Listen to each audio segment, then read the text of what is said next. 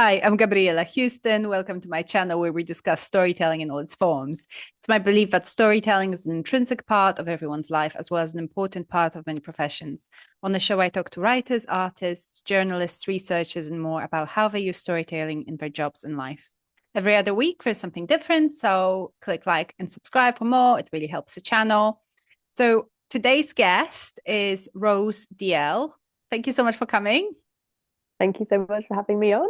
So, Rose is a writer and a Londoner of Italian, Norwegian, and American heritage. She loves studying language in all its forms and speaks Italian, French, and Arabic. She has also lived in Asia, Europe, and the Middle East. Rose lives in London with her civil partner and Tolstoy, an extremely fluffy ginger tabby. Fledging, her first novel, explores the emotions around the decision of whether to have children. So I really enjoyed your book. I thought it was absolutely beautiful. And I thought it was very timely as well, because there's so many conversations that we all thought we were past at this point, but they keep resurfacing about, women's right to decide whether or not motherhood is for them. So, but obviously you wrote the book way before the US election and all that. So where did the idea for Fledging come from? Well, firstly, thank you. I'm so glad that you enjoyed it. Yes, I mean, as you say, I started writing it I'm going to get this wrong now, 2021. But I started thinking about it a little bit before that. It was a book, unlike some other manuscripts that I've written in the past that have been published, where I kind of had a flicker of an idea and I just kind of sat down to start writing it straight away. With this one, I really kind of thought a lot beforehand, wrote a lot of notes, kind of really thought about the concept. And I mean, basically, it was sort of inspired by two things. One was my own thought processes. Um, Leah, the main character, is a woman in her 30s, obsessing about whether or not she wants to have children. And I have also been a woman obsessing about whether or not I want to have children. So it was partly wanting to kind of get some of that down on paper, some of those feelings. I was looking around myself for things to read. And there are a few other novels that have come out since, but at the time, whilst I did find some really excellent nonfiction, like a great collection of essays called Selfish, Shallow, and Self-Absorbed, um, I really couldn't find much in terms of fiction. And I'm mostly a fiction reader. I absolutely love novels. I love storytelling, as per the name of your podcast. So I really wanted this issue explored as a story, not an essay or an article. Mm. So that was kind of one thing for me. It was almost like writing what I wanted to read. But also beyond me, it was really kind of, I was so struck by at the time how almost every time I started having a more serious, deep conversation with a female friend, we would get onto this topic, whether it was someone like me saying, oh, I can't decide, or maybe I don't want to have them, or someone, really wanting to have them, but not in a situation to make that happen and trying to kind of plan their whole life around, how they could get a partner or make the stars align or whatever. And it just really struck me what a huge kind of burden just thinking about this is for women at a certain point in their lives and how it affects so many other things. Since then, I've heard the term decision stacking, which is where you feel like one decision is kind of dependent on lots of others. And I was definitely seeing that in some of my friends as well, thinking about whether or not they could move to certain cities or countries or take certain jobs because it might affect whether they would find a partner that they could then have a family with because they're counting back from the date at which they think, it will no longer be possible and all of that. So I really kind of wanted to write about that angle as well of how much headspace this can take up and why as well. Mm. Yeah, I think the book definitely does feel personal because there's like just the depth of emotion and like in some ways, like the flip-flopping that she does emotionally, thinking like, okay, maybe I should, or maybe I shouldn't, like there's and especially there's, I think, a lot of those mental processes that involve like what other people think you should do. Mm. And I think a lot of women don't even think about like the other option, that actually you might just not, even if you do have a supportive partner, even if you are sort of financially stable, like, is this the best choice for you? Yeah, I think that's right. There's so many different factors to consider. And you use the word should there. And I can't remember where I heard this. I think it might have been at this really interesting, amazing event I attended last year called Story House Childless. But someone there, I think, said, forget the should, abandon the should, or maybe it was a podcast. I don't know. But when you say should, that's kind of external forces. That's what other people think. Don't Mm. think about should. Think about what you want and what kind of speaks to you. And I guess that's like a huge theme of the book is trying to disentangle. I mean, Leah's fortunate in the book; she doesn't have some of the pressures that other people have. There are definitely people who have real pressure from parents or their partner to have children. Yeah. She has a little bit, maybe in subtle ways. I'll let readers kind of judge that for themselves. Um, but to an extent, she doesn't kind of suffer from that issue. But what she does have is the kind of should from society and just Mm. the way that motherhood is presented in society and some of the ideas that whether directly or subtly can kind of tell women you're not a real woman if you don't have children, or you're not a full grown up if you haven't had children, or your life's going to be meaningless and empty, and all of those things. So that's a big part of the book is her trying to disentangle those messages and work out what Mm. what she really believes. I think it's that was actually going to be my next question, which is nicely led into this, which is that I did think that the main character is quite she's almost like an island in a way, because especially when she's going through all this turmoil, her partner's away, she's alone in the house, her and the egg. And her mother is just extremely supportive, but not interfering in any way, and her friends are kind of in their own bubble of their own sort of family, and their own kind of parenthood journey and the decisions they made, and so she is kind of alone to make that decision and to sort of go for it alone, which is such a luxury in a way, but it's like it's what everybody deserves, to be able to have that kind of moment of pause without other people's chatter in a way. Um and I was just thinking about how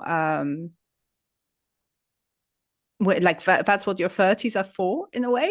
I think, like in a sense, like I mean, on a quite serious note, I feel like for me personally, like this was like the time, this decade, and I'm leaving this decade this year. So for me it was definitely realizing that if you don't lead your life the way you want to lead it and sort Yeah. of live it, then nobody was going to give you a second chance. Like there's no prizes given for doing what other people want. And like, was that something that you were thinking about in terms of your kind of structuring the character as well? Were you thinking about interfering forces? Yeah, it's so interesting, isn't it? Because like you're a writer, so you know that I think when you're writing a book, there's like some things that are very intentional that you kind of think about beforehand, or at least for me, and other things that just kind of happen. And that's where the kind of subconscious elements of writing come in, I guess. And that's where it's kind of interesting when you hear different reader interpretations, and sometimes you think, oh yeah, that makes sense. And I think this was a bit of both. So I think I definitely wanted, the fact that her partner's not really in the picture. I wanted her to have a partner because I'm so conscious that obviously if you don't have a partner, or maybe you're not straight, or whatever, you're not in a situation where it seems more straightforward to have children in the normal Mhm. way, then there's a whole other layer to the question. It's not just like, do I want to have kids? It's, do I want to have kids on my own as a single mother, or going through some lengthy expensive process or whatever. So I wanted her to have a partner, but I didn't want him to be around very much because I really did just want to focus in on her and her thinking. And I think one of the things I'm really trying to explore in the book is how decision can be this choice can be just that, a choice, a personal preference. It doesn't have to have some kind of big, psychoanalytical reason behind it, or it's just it's a choice like any other in our life. We all have different things that we want, and maybe we don't know where that comes from, but maybe it just comes from inside of us. It's almost like a personality type or something. So I kind of wanted to explore it from that perspective. But it is interesting because I didn't necessarily see her as kind of an island when I was writing it. She's got these different friends that she meets, as you referenced. She's got this really close relationship to her mother, which is really, really sad for her because her mum's terminally ill. But a few people have said in some of my reviews that she's really lonely and that there's a real kind of loneliness to the book, which wasn't my intention. But looking back at the time I was writing it, I think I was feeling very lonely. I think a lot of that was a particular time. I mean, it was also like, let's face it, halfway through COVID. But it was also a particular time when quite a few of my closest friends had kind of just had kids or decided that they wanted to have kids, and very young babies. So they're obviously very understandably focused on that. And I think, some friends who I'd maybe thought weren't going to have them or not have them yet were deciding to have them. And so I was really kind of processing that thing of, well, if I'm not going to do this, where does that leave me? And um, I may be making certain choices because I'm imagining my life a certain way, but I can't control all of that because other people around me are doing other things, Mm. which then kind of impact me. And so and I think maybe, I wasn't probably as good at talking to friends and other people about how I was feeling as I should have been, and maybe that's why I ended up writing it on Mm. paper instead.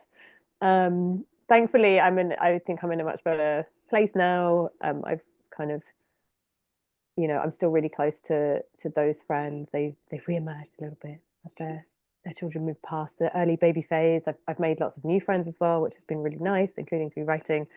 So I think I feel a lot less lonely now. But yeah, I think maybe that was a kind of subconscious thing that came through in the book unintentionally. I was something you said about the decision to have whether or not to have children being like any other choice. And in a way, we know like it's not treated as any other choice, and it doesn't feel like any other choice. Um, like, what are your thoughts on that in how it's treated? Well, so firstly, yeah, it's obviously not like any other choice in the sense that I do think it's a huge decision. And I don't want to underplay that. I think it has such a huge impact on your life more than some other choices you'll make. It's also fundamentally irreversible. Uh, I mean, if you choose not to have them, there might be, other options later.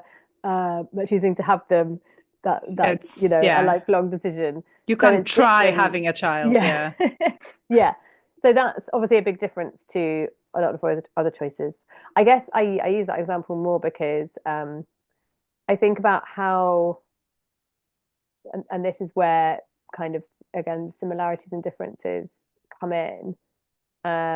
I think about how we kind of accept other different choices that people make. We don't think that there's one career that everybody should have, or one type of home that everyone should want, or, we don't expect people to want the same partners or the same lifestyles or, anything like that. Whereas with You haven't been to this Poland. choice, I think I actually there's have been to one right Poland way twice. to be. I have been twice, but only on holiday. So it's a very beautiful country, by the way. It Everyone should is. go. Um, but yeah, I think, well, so obviously there is a whole conversation about like ideas of success, and certainly some people have a specific. There can be a prevailing narrative of what success is, and the house and the car and the whatever. But in general, I think, or particularly in our kind of in UK society, we kind of accept that people have different things that they want to do with their lives. But on this one, we haven't quite got there yet. As you say, there's more of a conversation about it now, but there's still this assumption that that is the right way, and that there's a kind of right way and a wrong way. And I think for me, that's the big difference. And I'm not here to say that, either way is right or wrong. I don't think that's what it's about. I think it's about different people and the choices that they make. And, for some people, uh, it'll be more clear cut, and they will have always known they want children, and having children is the kind of most wonderful experience for them. There are some people who maybe never wanted them, and would have been terrible if they had them and they never regret it for a second. There's probably a lot of people that are more in the middle, that see the trade-offs, that might have moments of sadness either way for the path that they didn't choose. But it doesn't mean it's not the right path for them. We can still have kind of moments of what's called cold regret, where you kind of acknowledge the what you've lost by taking a certain path, but it doesn't mean you would have done it any differently, and you're still happy with where you've ended up. It was in a show I was watching a while back. I can't quite remember the name of the show anymore, but the main protagonist was a woman in her very early 40s, and she suddenly gets into her head that like, oh my God, I'm going to miss the boat. I need to get pregnant. And, she goes for all kinds of shenanigans. And then someone, I think her mother, talks to her and it's like, look how successful you are.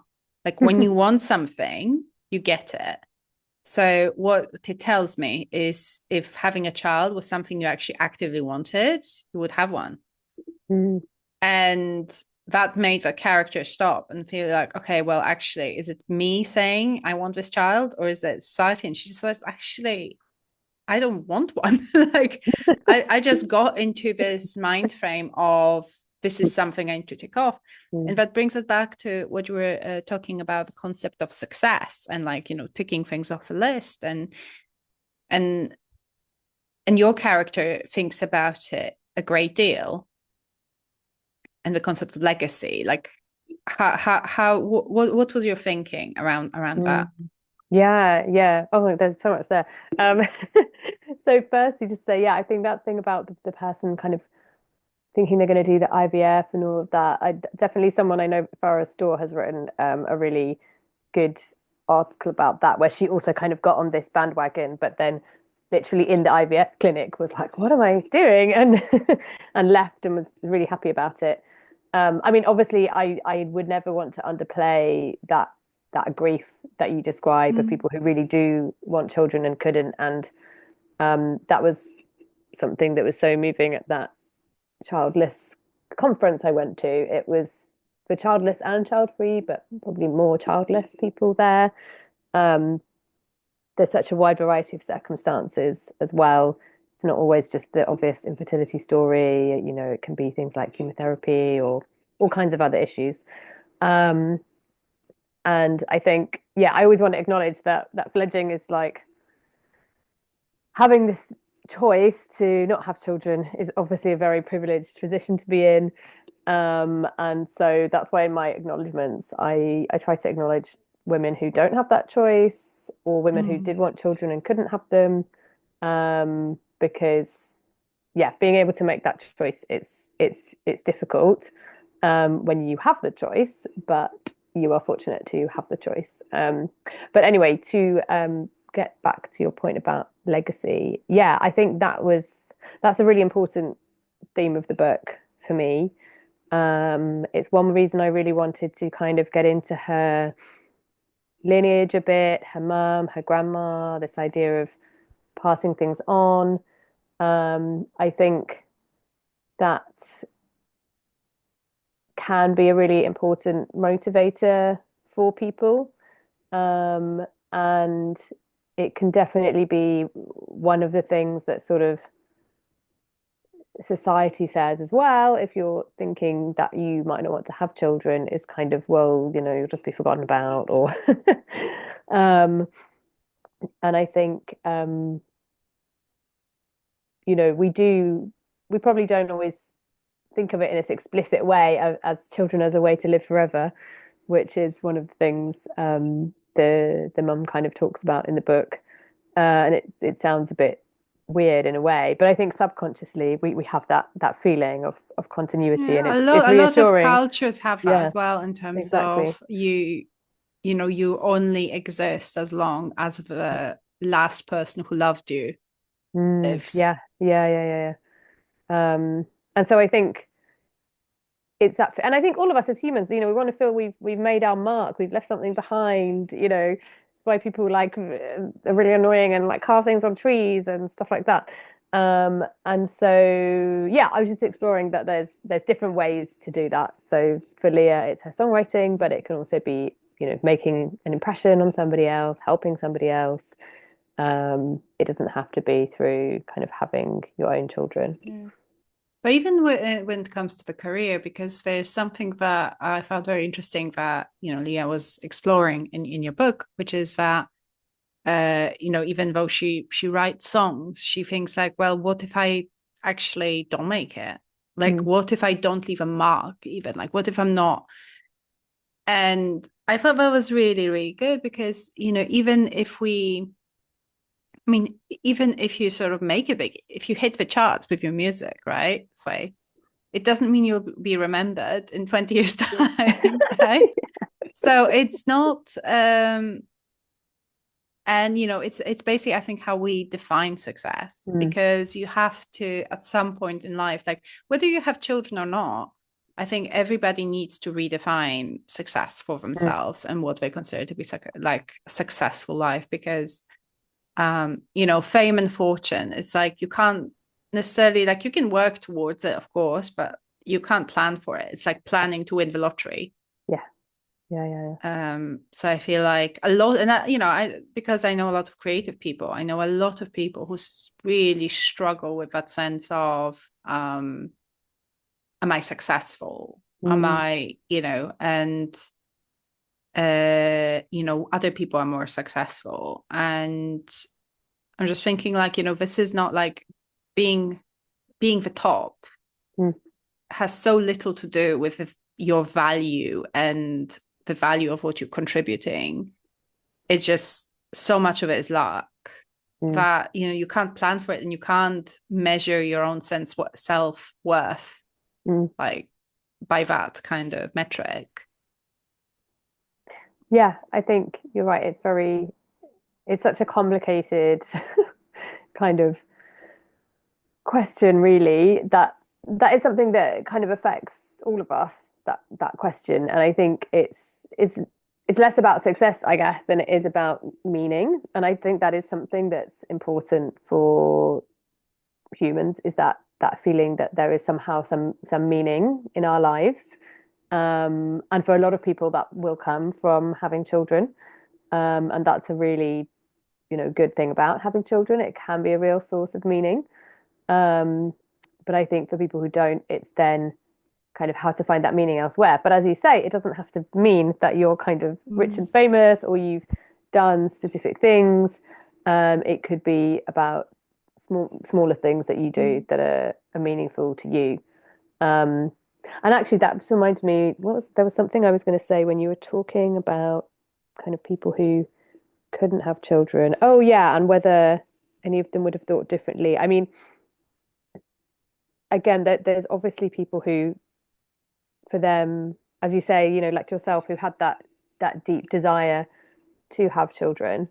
But there are also people who may be caught up in it and then experience that grief, but maybe wouldn't have felt such a profound sense if they hadn't subscribed so much to certain ideas about what this would mean for them and certain stereotypes about what your life will be without children.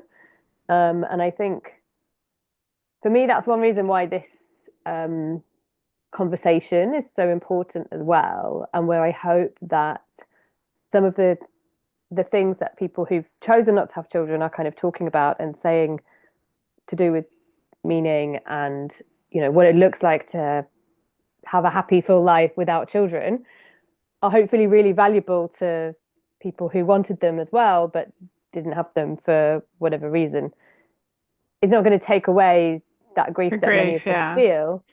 I mean, But hopefully it can help never. them find a way forward. Yeah. And I think when society pushes the message that if you don't have children, your life will be empty, I think that can just compound the feeling for some people, Mm, I guess is what I'm trying to say. absolutely. I think, obviously for people who want children and they physically can't have them, that is a horrific, it's a kind of on a biological level. It's just Mm, it's a kind of grief that can just basically ruin your life and just take over your mm, entire life. yeah. And I think at our age we've all seen it, and it's just it's heartbreaking. So obviously that also I was thinking, just because there's so many people who seem to suffer, Mm. in this kind of space of really wanting children, of being able to have children, do you think it affects the conversation about women who choose not to have kids? Um, I think it does to a degree. I think the conversation between those two groups can be difficult sometimes because I think that's the big difference. So I think this conference I went to where we had both groups in the room, um, the piece that I did like an open mic bit, and the piece that from the book that I read out that I chose is a segment about meaning where Leah's thinking about what is meaning and how do you have a meaningful life? Because for me, that's the thing that does bring us together is we're thinking about what does a meaningful life look like without children. But the big thing, as you said, that kind of divides us and makes us so different is that grief. And so I think that does make the conversations between us, even though we have shared interests in terms of making sure that people who don't have children aren't kind of ostracized in society, or that there are services available for people who don't have maybe as much support in their old age. Not that children always look after you in your old age, but there are shared interests in that respect. But the big difference is that grief, and so definitely I think there's that feeling of not wanting to kind of rub it in their faces almost. Look at me, I don't have kids and I'm so happy about it. And there can be a feeling of guilt. So there's a scene where I explored this in Fledging, where she's with her colleague at work who's trying to go through IVF. And I've certainly, I've had this feeling myself of it's almost like this. Leah's kind of thinks, I wish I could offer myself as a surrogate. It's not a real thing that she's going to do, but she It's more feels like I wish I it's could, like a not the surrogate, right? yeah. Which is a entirely different proposition. But it's more like I wish I could pass my fertility on to you, isn't Exactly. it? It's like Like a I kind of don't need it. survivor's I wish guilt. you could take Yeah. it from me, so I don't even have to like think about Yeah. it. It's like a survivor's guilt. It's like I've got this thing, or I might have this thing I don't actually know, but I have this thing that I'm not using that you want so much that it's kind of I'm wasting it, or I'm ungrateful, or so I think there can be that feeling as well. Yeah, I think these are very difficult conversations to have. And sometimes, like, I don't know if people even want to have those Mm, conversations, to be honest, because that's another sort of layer of difficulty, because even if you could offer a different perspective or support, Mm. this is such a raw feeling that people Yeah, don't want. They don't want it from someone who chose not to, basically, exactly, isn't it? exactly. And Which that's the adds challenge. adds to the difficulty, I think. Yes. We keep going back to the term sort of meaning, and you know, um, I feel like it's such a tricky thing because pe people sometimes sort of expect so much from their children. They expect that their Mm. children were given meaning, and I think it's such a dangerous way to look at it. Mm. Like, I mean, um, motherhood is hugely interesting to me. I wrote a couple of books about it. I'm like, it's from a sort of slightly different perspective, and the kind of but like like children give you purpose, because your purpose is to kind of on a sort of evolutionary level, Mm. your purpose now is to bring them to adulthood Mm. successfully, Yeah. right? But for me, like, kids are great joy, but I feel like putting this whole concept of my legacy and my like the future of my name and set onto them is just such an unfair burden, and it's something that ultimately I don't think often pays back. Like, it's just because it's the concept of legacy in that sense is pretty meaningless. Like, what will people think of my family when I'm dead? I don't I don't know what is legacy to you? Yeah. Um, I think I don't I think it's hard to define. I don't know if I have the answers. I think I was kind of looking at different versions of legacy in the book and what it could be. I think it's just that urge to feel that you're passing something on. There's something there after you, I guess. Um, I think it's something that has weighed on my mind. I think family is very important to me, and I love like the family stories of, oh, your grandmother did this, great aunt did this, da, da, da.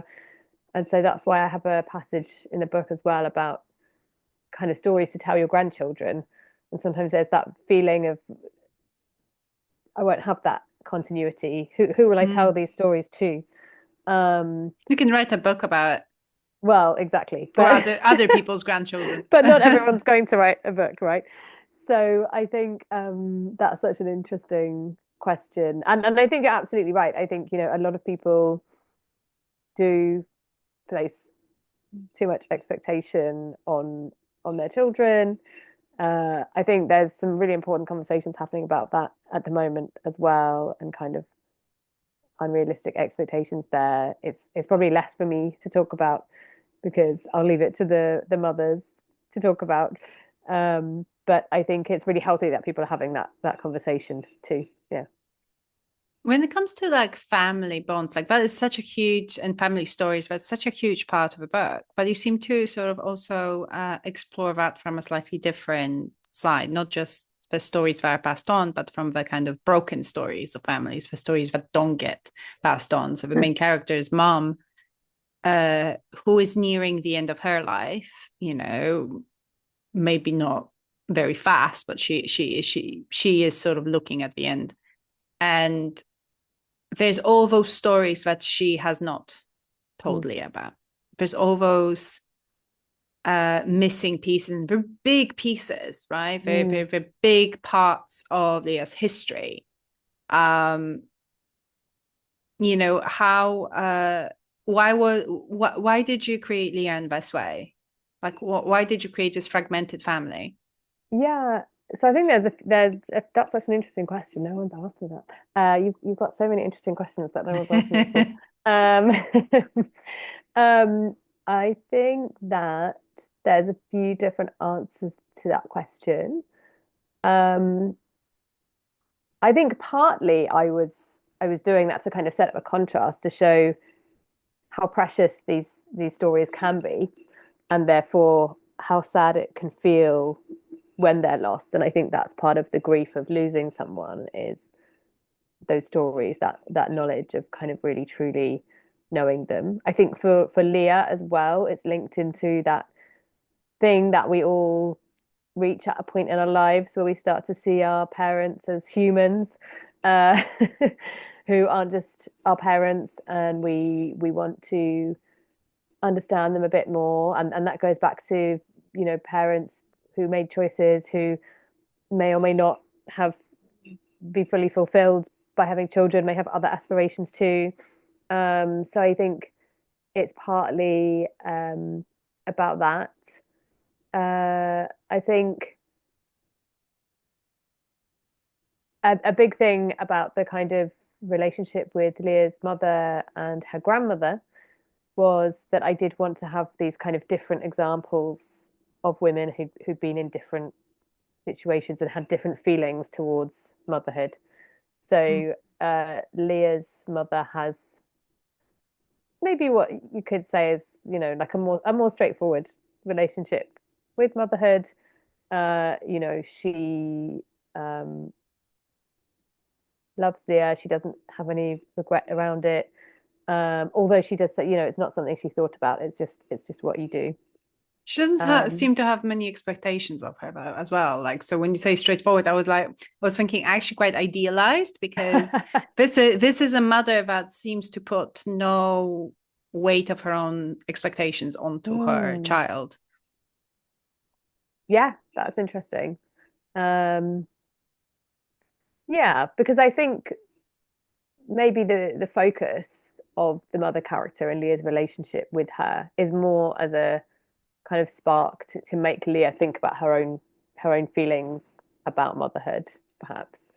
Um, and so that's the thing with her grandmother. There's a woman who had a very different feeling and attitude about motherhood, and maybe someone who had children and maybe shouldn't have had them, or maybe regretted it, or didn't embrace it. And so it's a possible kind of spark for Leah's thinking as well. She can kind of compare between these different women. So that was one of the things. But I suppose, yeah, there's a few different angles to that question. Um, I don't know, when I started writing it, I liked the idea of this kind of things going full circle, Leah becoming the carer for her mother, almost mothering her mother, thinking about different ways of mothering, different ways of caring for people. So that was part of what I was looking at as well with that relationship. But that's a really interesting question about, and also what is a straightforward relationship with motherhood? I don't even know. It's a really good question. um, Does I such a thing think exist? I think that, when it comes to sort of family stories going back, like I find the fragmented nature of it very interesting, and what you're saying about certain stories being lost. And I think it's it's so stark because Leah only has her mom Mm, to give her those stories, right? Um, she doesn't have an extended family of uncles and aunts who have a different view, maybe, of her mm, grandmother, right? And I was thinking how, like, even when you have like a reasonably full family and you've known your grandparents for most of your life or whatever, like it's my the same events in my family's mm, history get told completely differently by my dad and my aunt. Like they can't seem to agree on so many different aspects mm, of their grandparents' sort of backgrounds, and so much is lost because sometimes people were just not listening, or mm, they were like my dad was saying that when his grandmother, like when he was like in his 20s, like he couldn't be bothered to ask his grandma about like the family history, right? It was mm, just not something that he found particularly interesting at the time. And he says that they were like, his grandma always had a picture of a young man, um that she always had with her, and he never asked her who that young man was, and now he'll never know. Yeah. Like, was it a brother that she never mentioned? Was it her old boyfriend? Was it like who was this person? And this person was clearly loved, because this photo was carried, you know, through the night when they were escaping like Ukraine, where the neighbors were coming to murder them, right? Like, so Mm. she fought to take this photo with her. But we will never know the story because my dad never asked, right? Um, So, and I was thinking also when it comes to people migrating, because migration is also like a big part of your story, as you offer, and the story of a main character, because the stories get lost along the mm, way. There's some relatives that you might have that you will never get to know well, and of course, like, my perspective will be different because I'm an immigrant. mm, Um, I was brought up in Poland. I came here as a young adult. But your family made that journey before your time. So how do you feel about your cultural heritage? And like, do mm, you feel linked to it still? Do you just feel like a Londoner mm. and quite separate from it? Yeah, that's a really interesting question as well. Um, I think, yeah, I have wondered if this kind of, I don't know if it's an obsession, but this strong interest in like family stories, family history, links to, as you say, um, being someone whose family history is elsewhere. Um, it's kind of it's funny what you said about that photo because I think actually just last week someone I was talking to someone and we were kind of talking about people who are fully British versus people who've come from other places, and I was kind of telling the story how when I grew up in London, I also went to a Catholic school. I just kind of grew up thinking that there was no one like fully British. Like everyone I knew had Such a parents or London grandparents. Yeah, experience, isn't yeah, it? parents or grandparents, a bit, and also a bit a Catholic school as well. Um, Parents or grandparents from somewhere else, you know, often Ireland as well, but also all other kinds of places. Um, and it was only when I later went to university that I realized, oh wait, no, there are people who have been like British for generations. And I was talking to someone who was one of these people who's been British for generations, and they kind of said, yeah, although I wouldn't really know because I feel like those of us who do like think we're British, we don't really ask these questions. Like you go past our grandparents and you don't know anything about them. Like we don't talk about it, which Although, I if you're found actually confident quite that your interesting. family lived somewhere in the UK, Yeah, because the records are like pristine in this yeah, country. You can usually trace, if your family has actually lived here for a long time, you can usually trace back yeah. You some definitely information about can. family. In Poland, And forget some it. people There's do, and some no people records. do. But I think there's also Yeah. that like some people don't because they maybe don't have that curiosity. Like, what's to look up? Like, well, we've always been here, so. Yeah. Whereas I think if you haven't, and again, as you say, it might be much harder to actually find out the answer, but you have much more curiosity. It's like, it's just a bit of a stereotype about Americans, but they all want to like track down their ancestors. And I say this as, someone who is part American, so I know what that's like as well. So maybe that's part of where my kind of interest in the family stories and capturing them comes from because it kind of links back to identity and it feels like part of who you are and maybe that's why it feels like something you want to pass on as well. I don't know.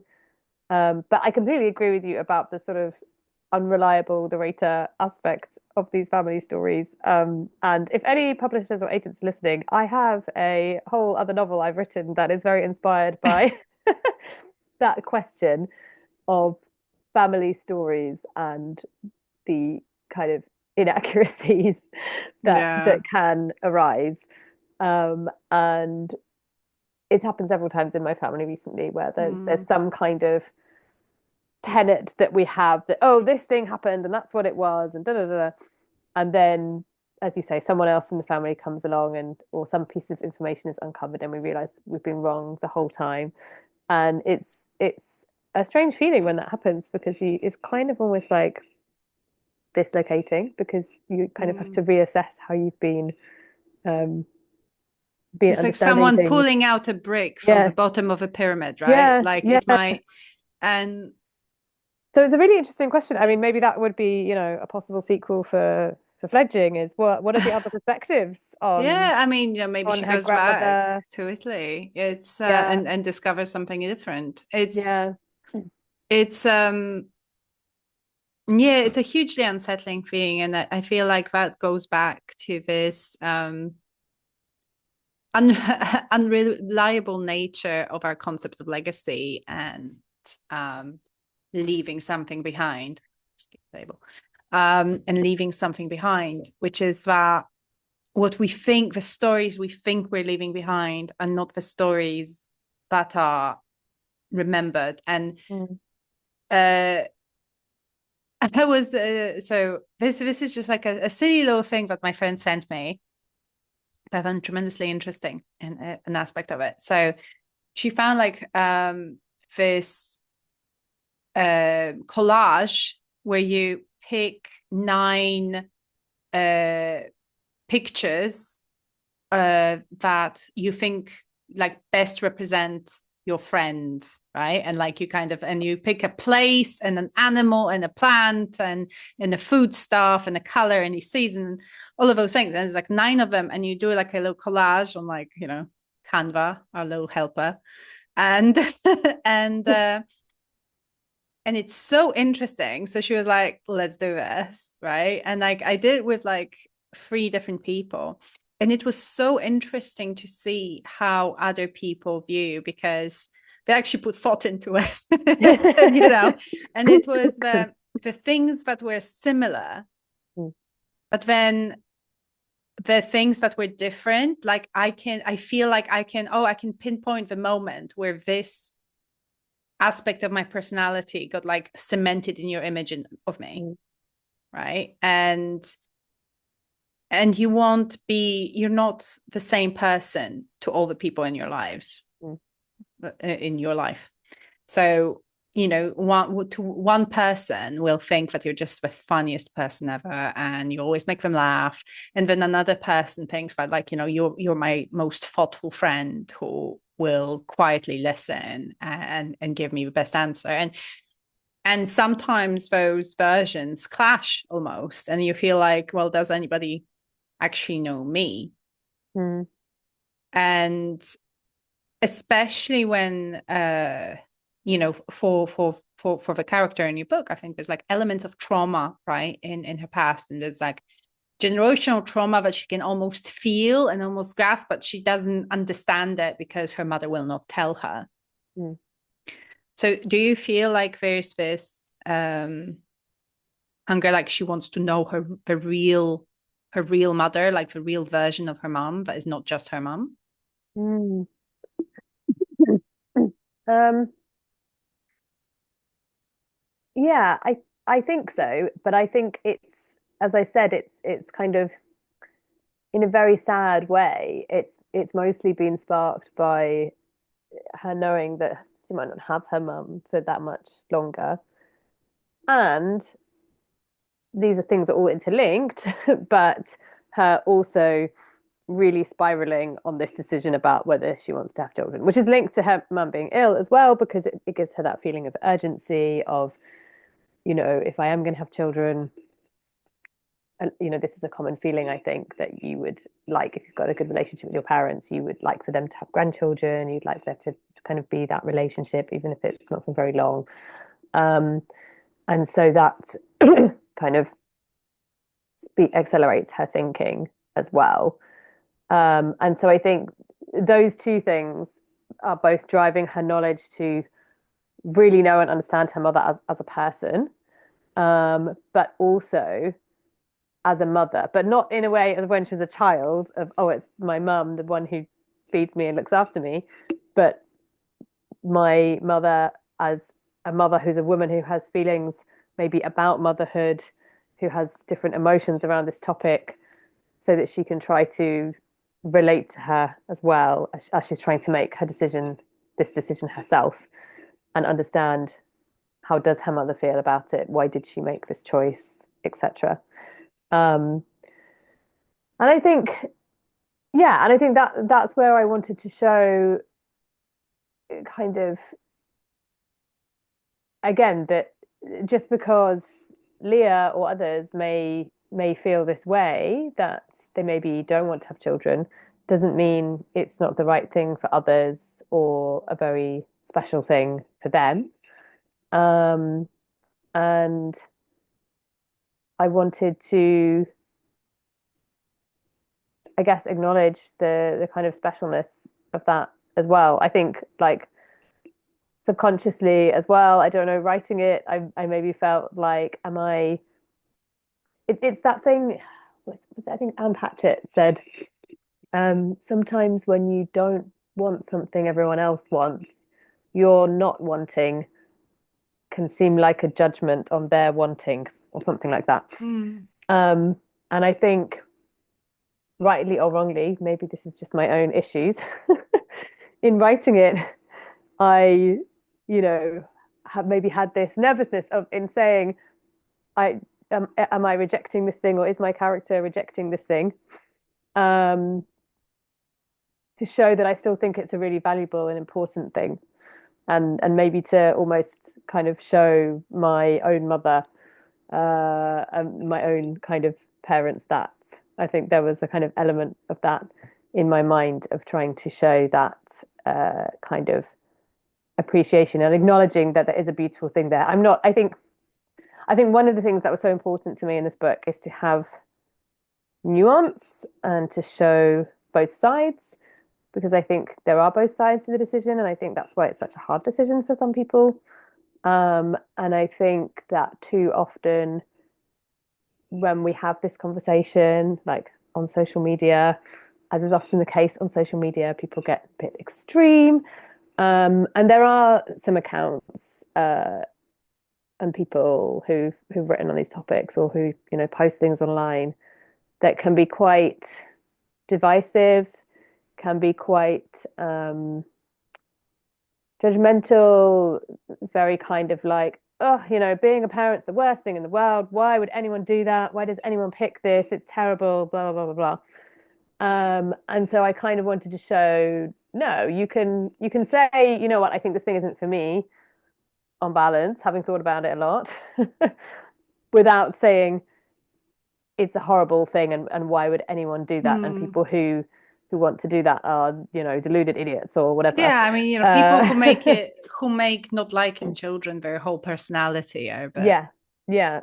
So I odd, think that's but part of what yeah. I was doing as well with that kind of exploration with her mum. Yeah, I feel like there's so many questions that people have to ask when they're making a decision, if they're in a position to actively make this choice, right? And one of the things that Leah didn't seem to sort of focus on as much was something that I've heard from a few people I've known who chose to not have children, which is they felt that because of their upbringing or because of what they have been modeled, they feel like they're not confident they would be good parents. Mm, So their primary driver wasn't, do I want this? Will this interfere with my traveling schedule? mm, It was more, I am like, I've heard like some people say like, I'm really scared, I don't want to like be like my mom, or I mm, don't want, like, I'm not sure I have it in me to be nurturing and to be patient and loving. mm. um was that something that you thought about, or was it that, or was it that like Leah's sort of motivations sort of Mm. were moved away from that? Um, so obviously Leah's not me. I always say, it's not an autobiography. She's a character. And so it's, That's why I'm saying Leah. she's, yeah, she's no, exactly. But Yeah. so she's, a composite of different ideas and things that I may have thought at different points of time, or that other people may have said to me, or, but naturally as a writer, you do choose kind of themes that resonate more with you. So I have kind of emphasize certain themes more than others, the ones that kind of resonate with me. I've definitely heard those kinds of reflections from people. There's lots of people who've written a lot about it. One of them is Monica Cardenas, who I have an event coming up with next month, who Oh, writes a nice. kind of thing called Bad Mothers on Substack. Really, really interesting. And that's definitely a common feeling. Interestingly, there's also people who have that feeling that they had a terrible kind of relationship with their parents or they had a difficult childhood who then want to have children even more because they want to kind of correct it. They want to give children the childhood they never had. So it kind of goes both To ways. And just I think heal themselves by like, partly, yeah, maybe, sometimes yeah. maybe because they haven't had that kind of close love that other people may have had from their parents, or maybe like a sense of justice, or giving someone something better than what they had. But I think that just goes to show like how there's such a huge diversity of experiences, Mm. feelings about this topic. One very short novel can never capture all of them. And it was funny actually because one of the very first kind of bookshop events I did talking about fledging, one question I was asked was, as with another author as well, it's like, there's so many books there on this topic, which I didn't fully agree with, but anyway, there's so many kind of books out there, why write more? And I kind of disagreed with that a bit because I said it at the beginning. I think there's still not tons, but there's more in the non-fiction space than the fiction space anyway. But I kind of said, regardless of how many books on this particular topic there may be already or not, um, that's not really the issue. If you go to a bookshop or a library, there are thousands of books. We all can have that feeling as a writer when we go to a bookshop and we see all the books and we think, why am I even writing a book? There's so many books in the world. Do people need more books? What's the point? Da, da, da, da. But the reason why we keep writing books and the reason why people keep publishing new books, apart from trying to make money, is that every book is different. Every author is different. Every book, there's 1,000 different books about love. They all explore love from a different angle. And I think that's the same. So I think it would be great to see even more books written on this topic and even more people exploring that angle that you just described, for example. Yeah, something I feel like I would like to be shown more in conversations around this topic is that the way that our society is built is just so unnatural. Like in terms of, a lot of evolutionary biologists, just looking at our genetic makeup, just looking, how feel like, well, the natural and like looking at the archaeology, right, of like early human settlements, feel like, well, we are built to be matriarchal society, like live in matriarchal societies, right? Women live longer. We're one of only 3 known species to experience menopause, right? Which means that having grandmas, the grandma generation, is crucial to our survival because they're the teachers, Mm. right?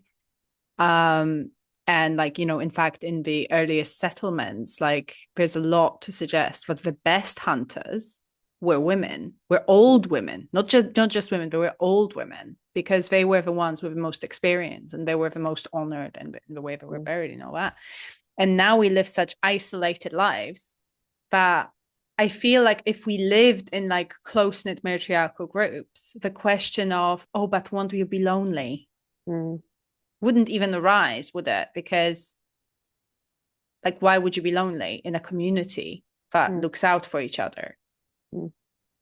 Yeah, I mean, I think that obviously there's a huge conversation to be had about like how we support mothers, and yeah, what impact, not just on this question, but society in general, the fact of people living so far now, often from their families, and not living in close-knit communities or, multifamily households anymore, has on so many aspects of our lives.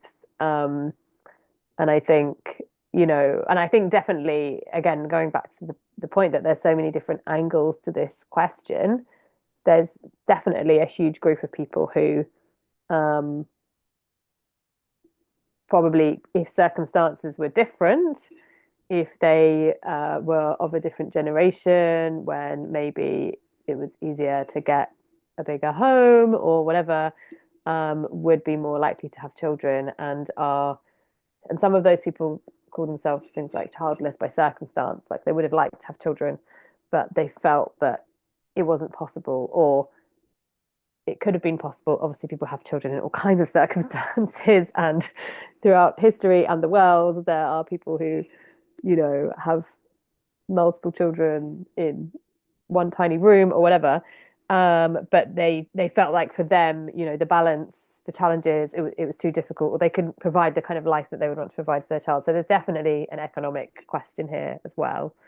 I guess there's also just, I think ultimately there'll still always be people who maybe it's just not for them. But is that, can you disentangle that from if we were living in a completely different society? Probably not. I guess there's just so many ifs involved. It's impossible to assess. We are who we are as a product of our context, our environment.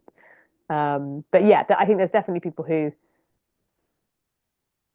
with some better circumstances, would feel much more able to kind of make that choice.